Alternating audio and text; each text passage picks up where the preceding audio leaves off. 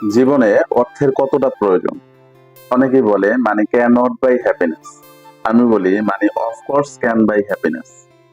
তবে মনে রাখবেন, প্রয়োজনের তুলনায় বেশি money can kill your happiness.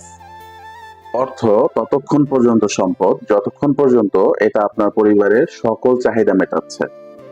যেই মুহূর্ত থেকে এটা আপনার মাথায় খারাপ পরিকল্পনা নিয়ে আসে, তখন আর এটা অ্যাসেট থাকে না, তখন এটা লাইবিলিটি হয়ে যায়।